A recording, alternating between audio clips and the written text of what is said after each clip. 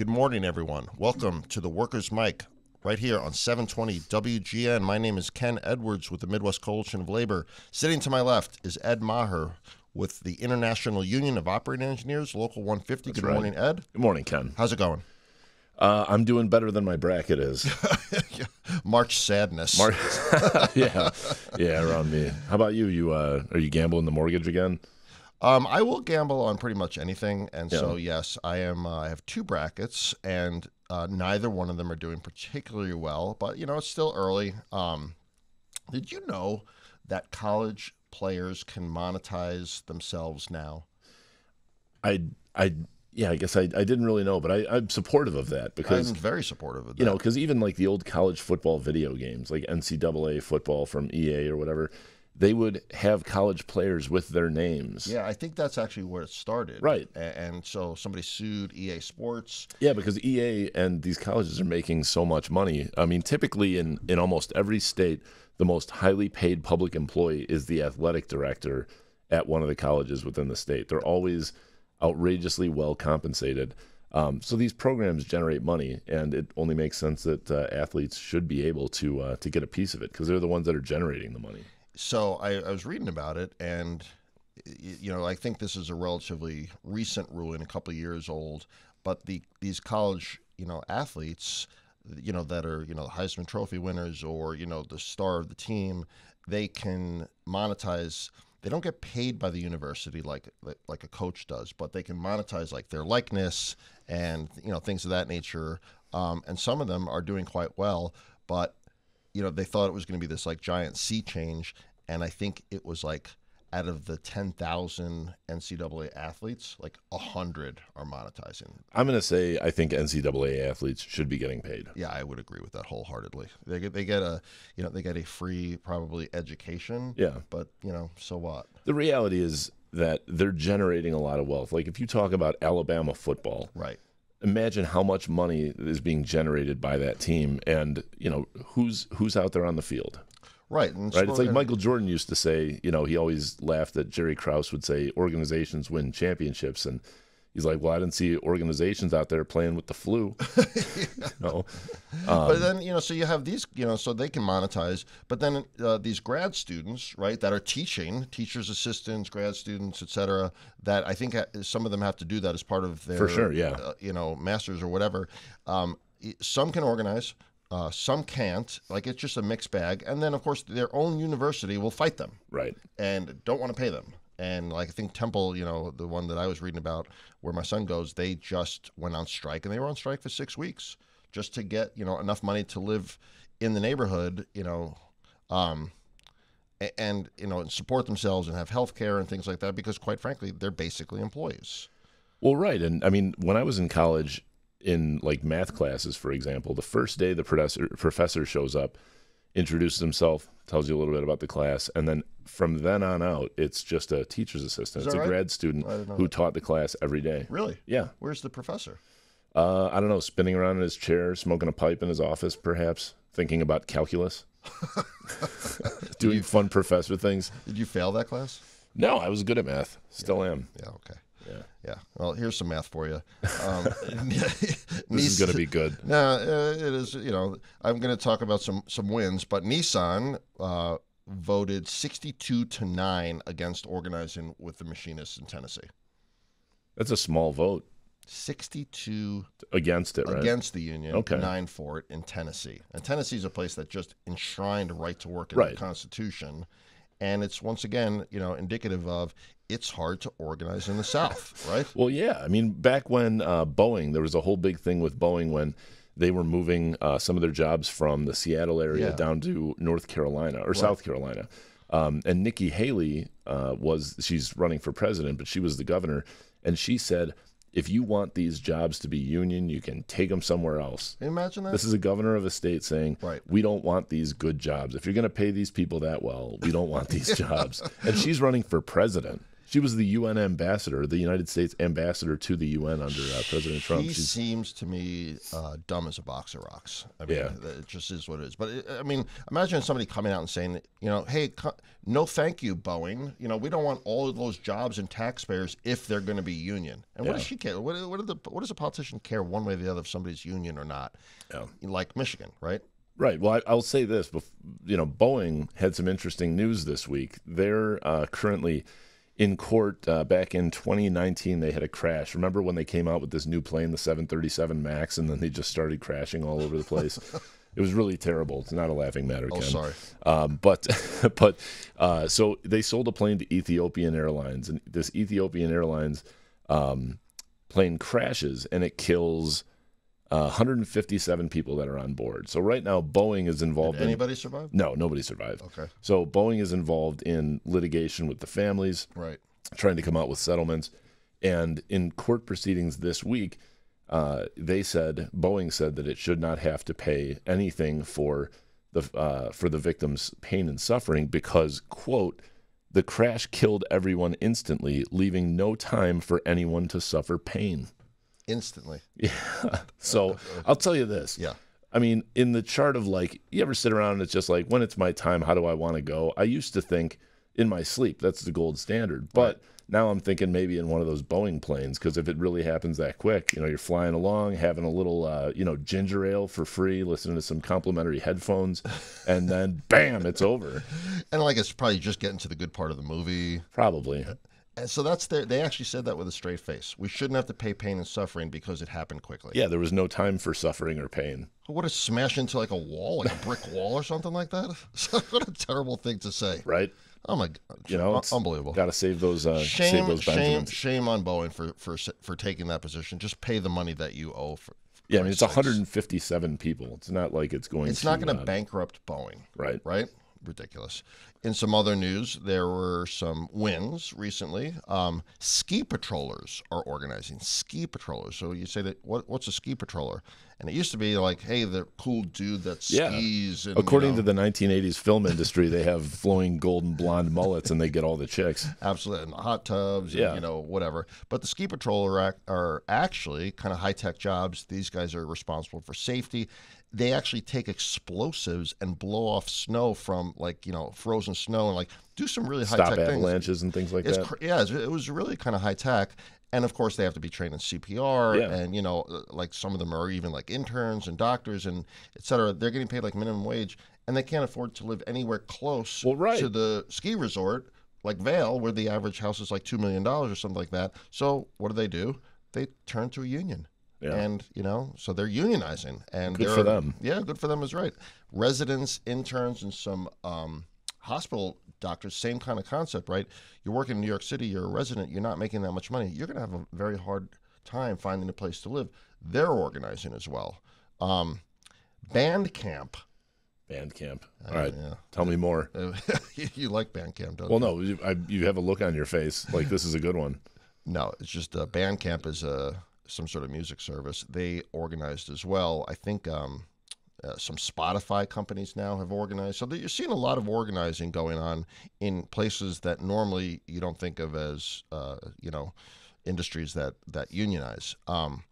Simultaneously, of course, you've seen Facebook that just laid off another 10,000 people. Another 10,000. What's the matter with them? I don't know. I mean, I guess, not that many people, I shouldn't say not that many people are using Facebook, but I don't think Facebook is picking up a lot of new users in the way that every social media platform has a curve, and maybe the golden days are behind Facebook or Meta. What do you do if you're in that position that you just got laid off from, your whole life was devoted to tech, and I'm going to be a tech, then what? If it dries up, what do you do? How do you pivot? I don't know. I mean, I guess it depends on what you do. If you're a programmer, you should potentially find something else. But I know how 100 of them can pivot. How can 100 of them pivot? They can apply to the city of Chicago that are hiring 100+ laborers right now in the streets and sand department. Those are good jobs. They're great jobs. So if you get on, if you have any interest, and now I'm not joking. Even if you haven't been laid off by Facebook recently, you want a career, you don't want to take on college debt, whatever the case may be. There's 100+ jobs opening right now in the city of Chicago. Laborers, Local 1001. I was talking to one of their leaders this morning, and they Lou Phillips? just no Joe Healy, Oh, okay. who's actually been on our show before. Yep. And he told me that they have settled a contract. They're just waiting on the city to sign it. But the starting wage says $21 and change. That actually, he said, is going to be boosted up much higher than that. And it's a starting wage. It goes up. And I asked him that. I said, what does it top out at? And he's like, over $40+ an hour. So a $40 an hour job, which is $80,000 straight time, there's overtime, so you're going to make 100 G's plus pension, sick time, vacation, holidays, health insurance for free. Yeah. I mean, these are good, solid jobs. So if you get a chance and if you feel like it, literally go apply. Yeah, check out the details. Yeah. Are we good on time? We got to take a break, or what do we got to do? Let's take a break. We've got a guest today, and it's very exciting because our guest is Ken Edwards. Oh, yeah. And we're going to talk a little bit about the Midwest Coalition of Labor. It's who brings this show together. Yeah, we really never really drilled down on it. Right, and Ken is the executive director, so he's going to tell us a little bit more about what that's all about. So I'm looking forward to talking. Oh, God, as though you don't do enough talking. All right, stay with us, everybody, please. We'll be back right here on 720 WGN.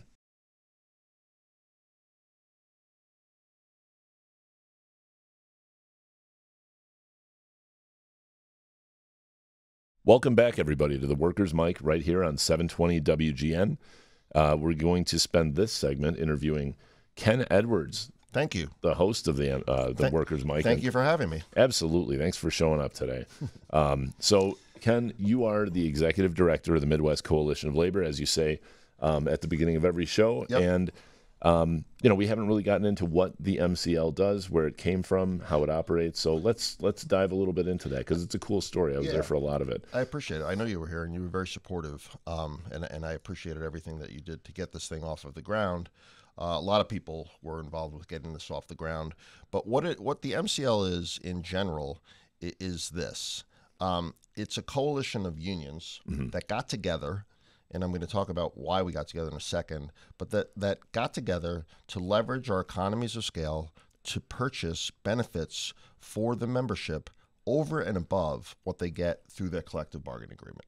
So there was a case called Janus in 2018 that in the swipe of a pen from the Supreme Court made every public employee in the entire country right to work. And what that means is that if you were a public employee and you were a member of a union that provided you health care, representation, anything, you could go to work and say, I'm not going to pay dues anymore. That's right. But I want every single thing in this collective bargaining agreement. And if I pick up the phone and call for someone to represent me if I have a complaint at work, I want every ounce the same treatment that a dues-paying member would receive, and if you don't give it to me, there are penalties within the Department of Labor where you can levy penalties against a union for not providing representation to someone who pays nothing. That's accurate. And so we took that, and so that, by the way, you think, oh, public employees, well, that's police, fire, teachers, highway department guys, public works guys. I mean, it's state's attorneys, public defense. I mean, it's millions and millions and tens of millions of. Well, it's a powerful group, and that's why the politicians that pushed this and the Supreme Court were dedicated to weakening that group, because every time you have a group of people and then fewer people are paying in, those people that are still paying dues, a portion of their money is going to cover the representation of those people who just choose to pay nothing. It's a system that would break. It would fail in any other circumstance. It would never be allowed to happen. It's designed to fail, right? Designed to break the unions, once again. And so, some of I think the more aggressive, smarter unions have taken the position that we shouldn't have to represent them, period, that we probably have a First Amendment right not to represent them if they have a First Amendment right not to, because this was all based on union speech, as political speech, First Amendment, using it as a sword. And, the case said, you can charge a free rider for, grievance handling and things like that. But, moving that aside for a second, everybody knows right to work is right to work for less. It's bad. It's wrong. But what the what happened was 5 unions got together and said, let's use this as an opportunity, Right. right? Let's actually get on the offense, right, and do something creative and put our differences on the job site aside and get together and form a coalition that provides benefits for members only. In other words, you cannot take advantage of Janus or Right to Work and get any of the benefits that the MCL offers. Right. So these are benefits that are over and above what the union provides when it comes to health care, pension, things like that. This is like a members only program. That's exactly right. And it was the Operating Engineers Local 150, Operators Local 399, the Carpenters, the laborers, all here in Chicago, and IBW Local 134. So you're coming out of the gate with tens of thousands of members strong, 5 unions that were forward thinking and said, okay, what do we want to do? How do we want to do this? So the first thing that we did was we tried to just figure out, what are some of the benefits that our guys and gals have a hard time getting in construction. Yeah, I mean, life insurance. Yeah, right. So life insurance was the big one and continues to be the big one. And so, Ed, we literally put it out for bid. Each union got to use their own brokers, and we just picked whoever came back best. And what we wanted and what we actually achieved was we asked for life insurance for construction workers with no medical questions asked, no exams, no anything. You just check a box and you get it.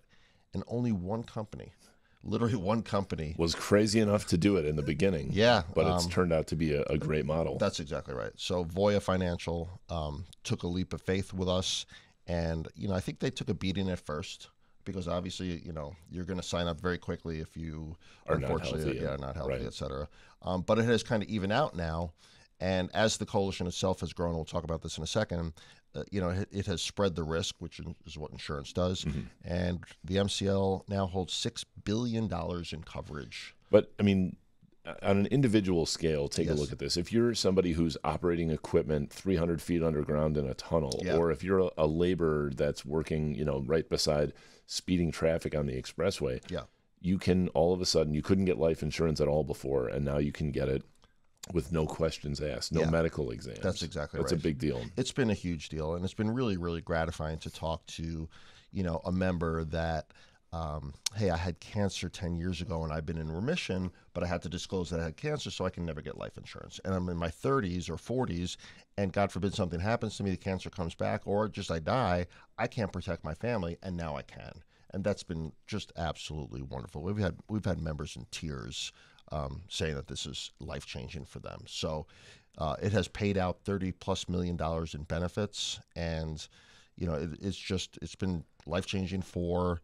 the spouses, right? People that are widowed, because in the building trades, it's not the two-family. It's usually not two people working, right? The building trades tend to be more nuclear family. One of the few places where That's right. You still have single income. Yeah.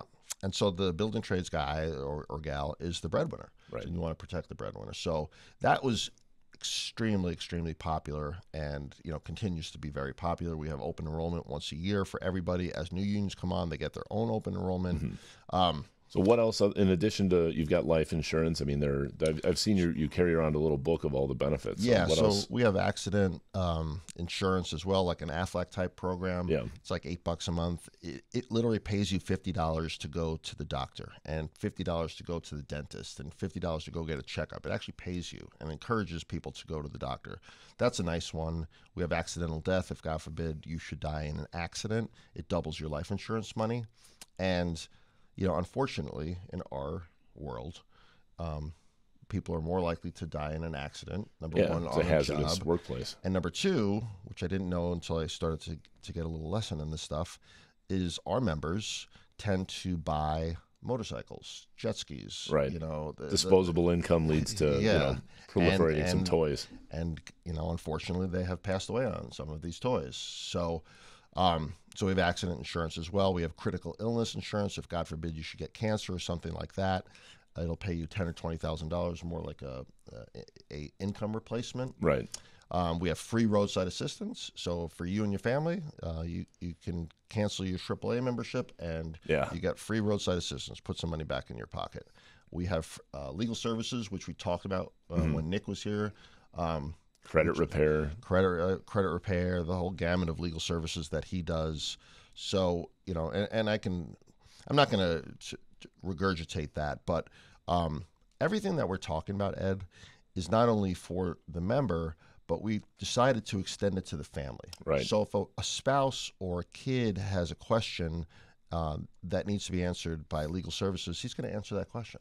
And so, the concept is, number one, we take care of our families, and number two, it ties the member to the union, right? I mean, these are benefits that, in order to get them, you have to pay your dues. Pretty simple. Yeah. And if you're getting back $2,000 in a property tax appeal You've or just free covered legal your advice, dues for the year. Absolutely covered your dues. I mean, Well, let's hear a little bit more about it. We've got to take a quick break, but stay with us, everybody. I don't want to take a break. I'm sorry, Ken. It's not really up to you. Let me look in the. Yeah, we got to take a break. Okay. So it says WGN.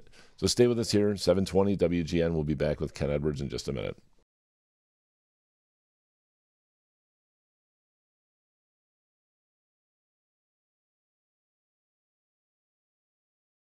Welcome back, everybody, to the Workers' Mic right here on 720 WGN. I'm Ed Maher, and I am interviewing our guest today, my co-host, Ken Edwards, the Executive Director of the Midwest Coalition of Labor. Thank you for having me. Oh, God, I couldn't be happier to have you here, Ken. So, listen, I'm not going to bore everybody with the details of the MCL in terms of the benefits.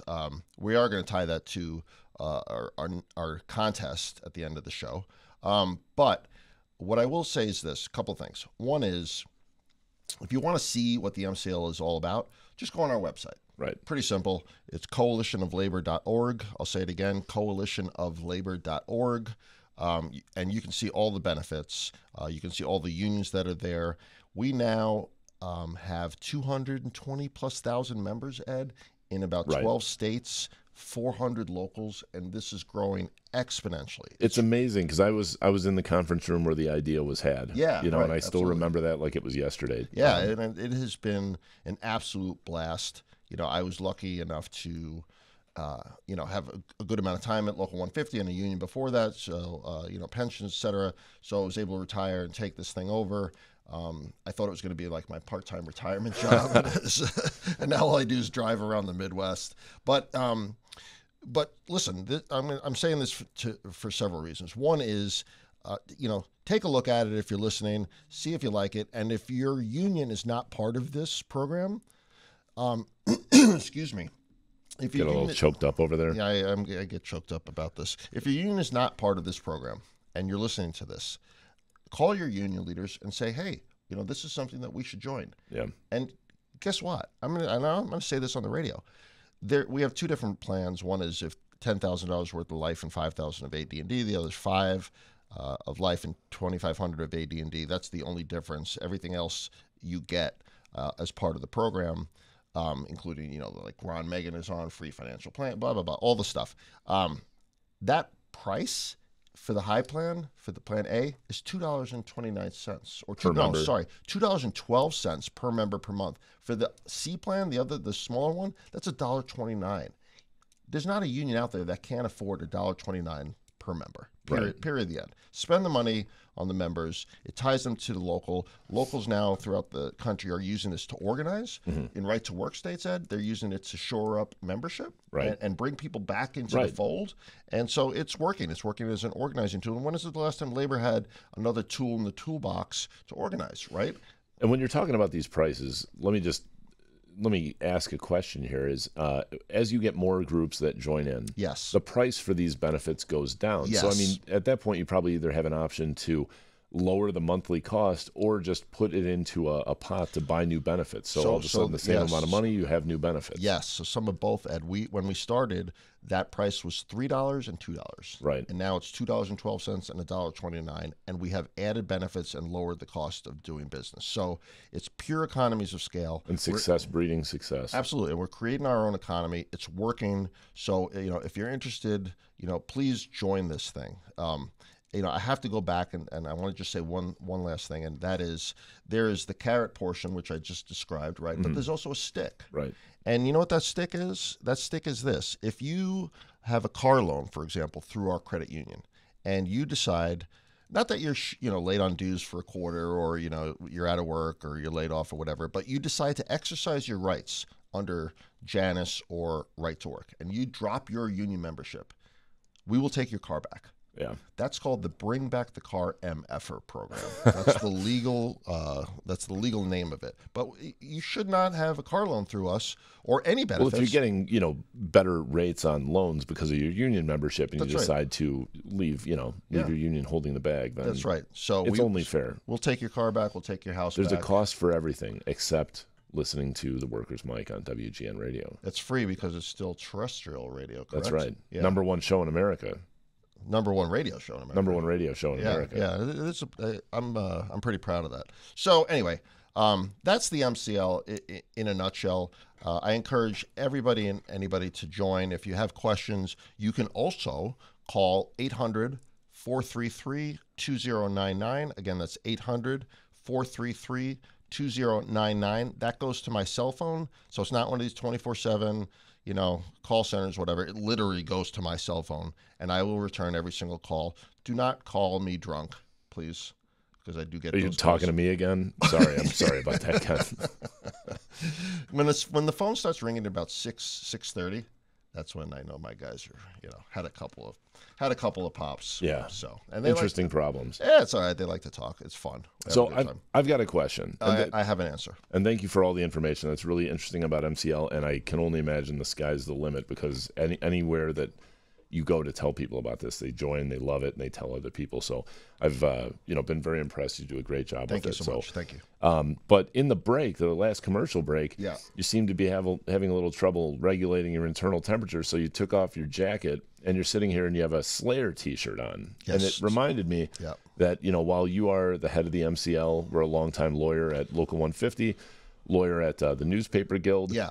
Prior to being a lawyer, Ken had a successful career. I wouldn't call it successful. Well, he had a career in a heavy metal band, several heavy metal bands. Yeah, one in particular. I was in a band. Thank you for bringing this up. I was in a band in New York City. Yeah, way back in the day. I had really, really long hair, and we played a bunch of shows, and it started to get bigger and bigger and bigger. And then we got signed to Def Jam Records. That's amazing. And we played with Slayer and Motorhead and Ramones. So you've met Lemmy Kilmister from Motorhead. I did. I met him once for about a split second. Yeah, and he's widely regarded by most metal enthusiasts as being God or equivalent to God. Yeah. Didn't come off as. No, he was first of all, he's just super waiting for cool, the hate super mail to great, come in. whatever. No, he was great, whatever. But I was never a giant Motorhead fan. Yeah. So anyway, I was in a band, and then of course we imploded. Yeah. For the usual reasons that bands implode when they're 19 or 20 years old. Everybody thinks they're the leader of the band. No, drugs and alcohol. Oh, okay. Yeah. Okay. The usual, you know what I'm saying. Didn't you get your first guitar from one of the Ramones? I got my first guitar amp from one of the Ramones. That's right. Ramones. I grew up in the same neighborhood in Forest Hills, Queens. That's interesting. Yeah. So I had this weird long story, pre-life. This was the law stuff was my second chapter, and now the MCL is my third chapter. But I have seen my own record on eBay for $100 in Belgium. Really? Yeah, it's really funny. What was the name of the band? None of your business. Nevermore. Oh, damn it. It's out there. I mean, I've looked. Some of my guy, it is so hard to find it. It is hard to find. That is a testament to the lack of success. That's funny. Some of my guys, when I was working at 150, somehow managed to find a cassette tape that they bought from eBay or whatever, and then they would call me and prank me with it all the time and just play my own music to me, but they got a kick out of it. Well, so, maybe we need a new theme song here on the Workers' Mic. Well, yeah. The rights are probably going to be really expensive. Queensryche won't allow us to use it for free. Hold on a second, though. Okay, but speaking of Queensryche, speaking of metal, I want to call out worst human being of the week. Sure. And that is a Florida man. Always a Florida man. Yeah, Florida man is doing everything terrible. But there's a band, 80s, 90s rock, popular band, Def Leppard, and the drummer was in a car accident, lost his arm, and continued to be the drummer for Def Leppard with one arm. Super cool. Incredibly cool. Really cool. Unbelievably inspiring, and, just a great guy. He really started that trend of one-armed drummers. One-armed drummers? No, that's not the thing. I was going to ask if that had caught on. No, it didn't. But he shows that it can be done. He kills it, literally. I mean, he's awesome. So what happened? So unfortunately, it sounds like he was outside smoking a cigarette, and he was attacked. It was in Florida, and I think this is spring break gone bad. But he was attacked by a man in Florida who ran up and like spear tackled him. He ran full speed ahead and tackled this poor drummer with one arm smoking a cigarette. And he's got to be in his 70s. Yeah, a one-armed guy who looks like a nice guy. He doesn't, he looks like a nice guy, one arm smoking a cigarette, getting attacked by what I can only assume was a spring breaker. It had to have been something like, I dare you to go tackle that guy with one arm. Yeah. I bet he didn't even know he was a drummer from Def Leppard. No. Well, he found out. I mean, I can only imagine. He got arrested. One of the charges was like elder abuse.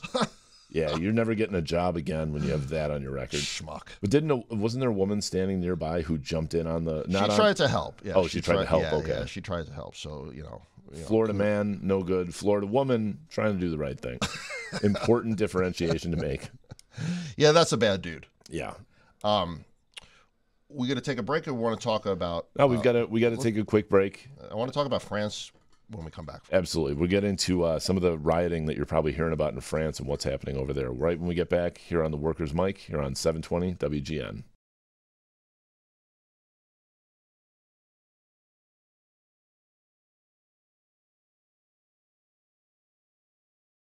Welcome back, everyone, to the Workers' Mic right here on 720 WGN. I'm Ken Edwards with the Midwest Coalition of Labor. Sitting next to me is Ed Maher with Local 150, the operators.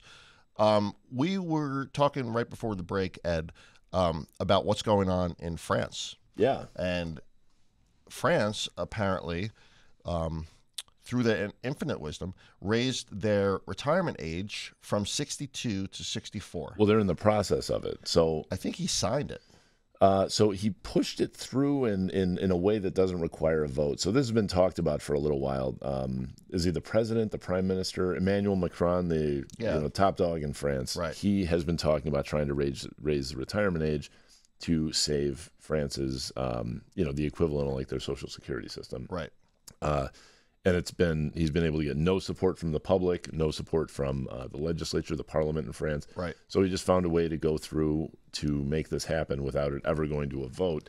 And as you can imagine, the people are pissed. They should be. I mean, if you want to talk about a representative government and you're going to just push something through without a single vote, like you don't even give Congress, our version of Congress, an opportunity to vote on it. It'd just be like the president signing something that says, hey, we're going to push back Social Security age to 67. Right. And so it's really, really disheartening to see, a country do that, especially when A, they don't have the support of the people, B, they don't have the support of their own legislature. Right. Which, I mean, that's the suspicious kind of part about this is if there was like a true impending crisis. It's a tricky issue because there's a lot of populism involved, but if this thing was if their fund was going to tank, you would imagine that there would be some legislators who say, hey, this is tough medicine, but we have to take it. Not happening here. Everybody is against this. Right.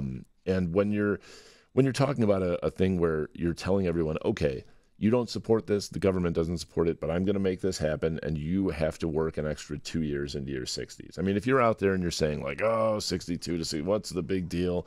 I mean, it is a big deal. Suppose you were literally like 61 and 11 months. Right. You were about to retire, and you got your place in the south of France or wherever it is that you did, and all of a sudden it's like, wait a second, I have to go back to work for 2 more years. What happens if your job isn't even there anymore? This seems like an example of something where you need checks and balances, because if this is needed, there should be more support than one guy, and one guy shouldn't be enough to just slip this through in a way that doesn't require a vote. It also seems to be not politically smart, because you have this woman, Marie Le Pen, on the right, that is like really, really to the right, whack job right. And of course, she just seized on the opportunity and said, this is wrongheaded, this is terrible, and I think they're going to do meanwhatel, whatever her plan would be is got to be so much worse. Her plan would be, there is none. You work till you die. Right. But I don't know that to be fact, but it's a good guess. I think that there's going to be I think the only way to overturn this thing now is a vote of no confidence. And that's what they're saying they're going to do in France. People are hitting the streets. There's piles of garbage in Paris because all the workers have gone on strike. So is the protest just old people? No, I think it's everybody. I'm just saying, like, old people getting arrested now, and I don't know that that's happening, but maybe. I'm making it up. Okay. Yeah, why? Okay. Well, I just figured they got a dog in the fight. You could go over to France and partake and get yourself arrested. I am old now. You're not that old. I am old. Yeah. We got one more thing to talk about before we go to our contest. And that is, they're fighting about this stuff in France. There was an interesting study that came out this week it was a group of British companies. I think there were 60 companies representing around 3,500 workers who, throughout the course of 2022, went to a 4-day work week or cut hours to sort of equal 4 days without reducing pay in any way. And it was just sort of a case study to see what would happen with productivity if you went to a 4-day work week. So the results are in. This was studied by Cambridge University and Boston College. Yeah. And what they found was that after the trial was over, 90% of the companies that were involved stayed with this 4-day work week. They found increased revenue, increased productivity, and the workers were happier. So, there were a couple of outlets that reported on this. In These Times was one of them. Sure. And, they're using this to say that the 4-day work week might be closer than you think to happening. It's interesting. So on one hand, we're screaming backwards with child labor. On the other hand, we're moving towards maybe a 4-day work week. I don't see how the two get reconciled. I don't know. But one of the interesting things that came of this was 96% of the workers that were involved loved the experience. And they were asked what kind of pay increase it would take to get them to go back to 5 days a week. Yeah. And more than half of them said it would take a 50% pay increase to get them to go back. The good news for kids is now they're only going to have to work 4 days in the slaughterhouse. Right? Yeah, that's interesting. So I hope to see it happen here. I mean, I hope that we can at least emulate the experiment, right? Well, I think where companies are doing it, they're finding, because if workers want to work 4 days, then they're going to want to work 3 days. I mean, people are rolling their eyes at this. But if workers can work 4 days a week, and the company is more successful, because what they found was there was, fewer days off. There were a couple of different things that came good out of this. There was an increase in revenue, happier employees taking, less time off for being sick. So if you work less time and it works out to the good for your business, what's the harm? I think that's just entrenched in the United States that you have to work hard, you have to overwork, Right. So you're there you're there early and you leave late and all that kind of nonsense. And I think some of that is nonsense. I'll go back to what we talked about earlier in the day today, and that was the job opening in the city of Chicago. There's a job that you can go work, make a really good solid middle class wage, and then you can go home. Right. You don't take it with you. Yeah, your cell phone's not ringing. Your cell phone's not ringing. Your email's not pinging. You're not being called in the middle of the night. Your boss isn't bothering you, et cetera, et cetera. Like, you literally work and go home. There's something to be said for that, too. Yeah. So I imagine, having 3 days off, in a row is probably a big deal. Yeah, it'd be nice. It'd be really nice. I mean, you remember at Local 150, we used to work on Saturdays. I remember working 6 days a week for many, many years. Many, many, many years, and it was 8 to 12, but that really meant 7 to 1. Yeah. If you weren't there by 7, you were late. Right. So yeah, I remember that, and I remember just being so tired come Sunday.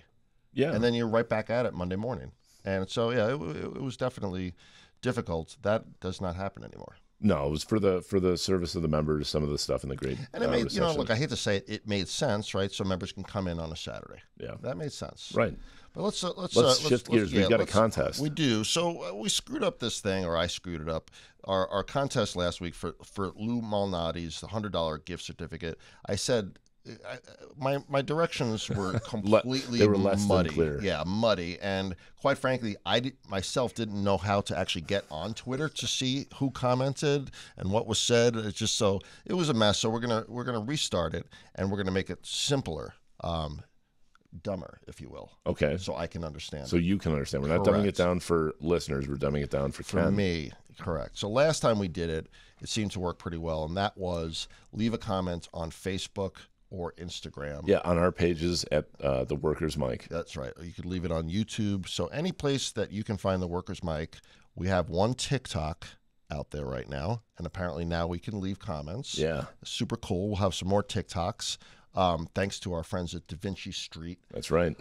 Productions. And so leave a comment in any of those places as to what you think another benefit that the MCL could add to its offerings that would help people that perhaps they would have a hard time getting themselves, or we could use our economies of scale to offer it. Just leave us a comment, and we'll pick the best one, or one at random if they're the same, and then you will be the winner of the $100 Lou Malnati's pizza card. Sounds like a winner. Right? Yeah. Yeah. We'll announce the winner on the show next week. Yeah. And I just want to thank everybody for listening. Thank you guys for filming. Thank the producers here at the great WGN, #1 radio station in America #1 show in America. Obviously, also. yeah. So if you missed any of the show today, Yes. check out YouTube. That's Go right. to YouTube and look up The Workers' Mic. The show will be live at 9 o'clock. Not live, but it'll be posted at 9 o'clock. Unedited. The director's cut. The director's cut. That's right. Yeah. Thanks for listening. We will see you next week right here on 720 WGN, The Workers' Mic.